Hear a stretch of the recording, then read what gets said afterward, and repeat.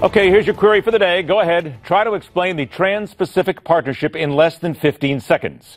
And while you're at it, then take another 15 seconds to explain in depth why and how it will affect most Americans.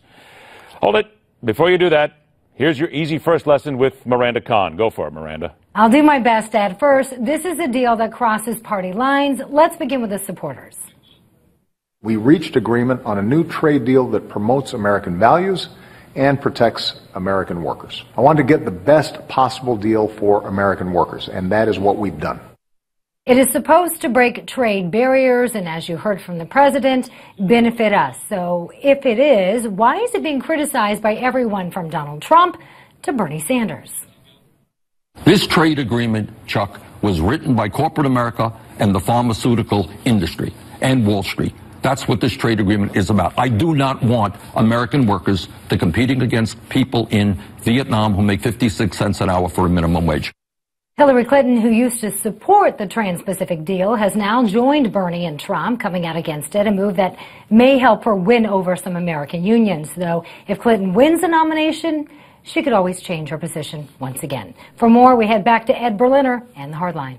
Not exactly 15 seconds, but well done. Thanks, Miranda. All right, now, everybody, hang on a second. Here's a better idea.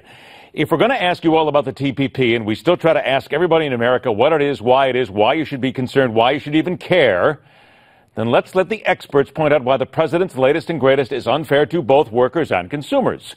Welcome back to Wall Street veteran and economist, also author of The American Dream Under Fire, Steve Beaman, joined by the professor of business at the University of Maryland and syndicated fiscal opinionator, Peter Morici. All right, gentlemen, it comes to you. And Peter, I'm going to hit you right away on the article that you co-wrote talking about the fact that this is a bad deal for American workers. Well, wait a minute. Bernie Sanders just sat right here. He said, this is all Wall Street's fault. It's all corporate America's fault. So where's the truth in here, Peter? Well, surely the pharmaceutical industry didn't do well. Doctors Beyond Borders did. We're only going to get 5-year patent protection for biologics instead of 12.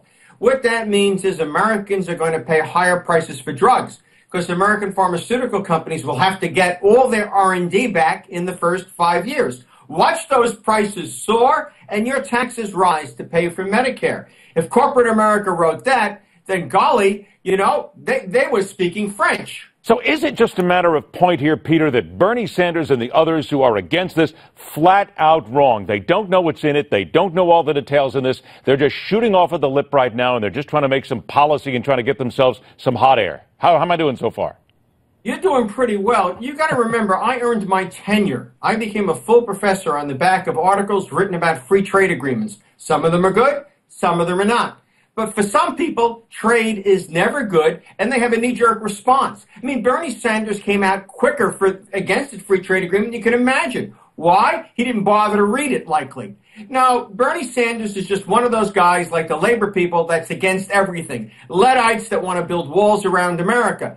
As for Hillary Clinton, well, you watch. Just like husband Bill, she'll be against it during the campaign, and then she'll advocate it and push it through Congress once elected. Hillary Clinton can't be trusted to say anything correctly, to believe in anything, or to uphold any values whatsoever. She's just facile.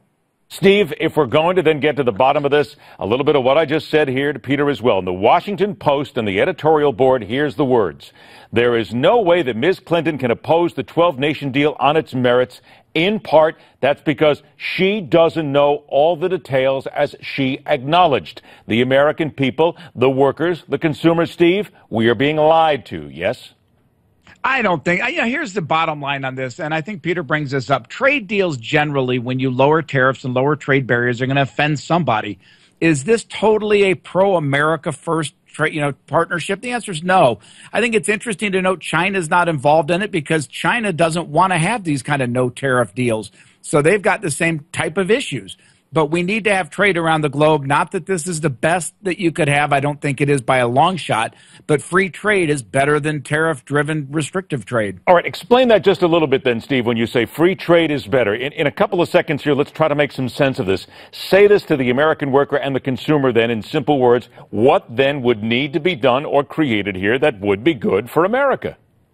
What happens when you have restrictive trade is it hurts us shipping our goods across the oceans as well. It doesn't just help restrict incoming goods. So it hurts our exports in a big, big way. So if you're in the export business and there's restricted trade by those countries, you're going to see a decline in your sales. Now, with regard to the United States operations and how this affects us, we need to continue to push productivity growth and policies that build a strong American economy, and we can supersede free trade around the world. But we need to have a government that's on board with strong economic policies. Peter, then, is the best part of this, then, while the president ballyhoos this and everybody talks about it back and forth, that this simply does not have a really big shelf life? This is not going to last. Oh, it will last. If it's approved, you'll have it for a very But do you think it'll long be approved? Do you think it'll be approved? I guess that's the point. I don't know, but I think it likely will be because of the foreign policy implications, namely the containment of China issue. It's very difficult to walk away from an agreement the president has negotiated. And this is sufficiently complex and arcane that anybody who wants to can find a reason to support it, just like Bernie Sanders and Hillary Clinton, well, at least for today, will find reasons to oppose it. I think on balance, we have negotiated better deals. And I don't think that the president was negotiating on behalf of Americans. He was looking to be a good international citizen, for example, with pharmaceuticals. Also, who is America? You know, Nike is one of the biggest advocates of this agreement. They don't make anything here. They outsource everything. What this does is permit them to do more outsourcing, like manufacturing in the United States that would make shoes and so forth. Most of those guys who are still here don't like this deal. And there we go. We're at the end, but we're going to have to remind everybody the article again from Peter Morici is TPP unfair to American workers, consumers, and companies. Peter and Steve Beaman, thank you so much, gentlemen, for being here. We did it in a short amount of time. We made sense. Now, get yourself ready for an easy rendition of Spot the Loony, because every time one woman opens her mouth, it's simply easy to see. Next on The Hard Line.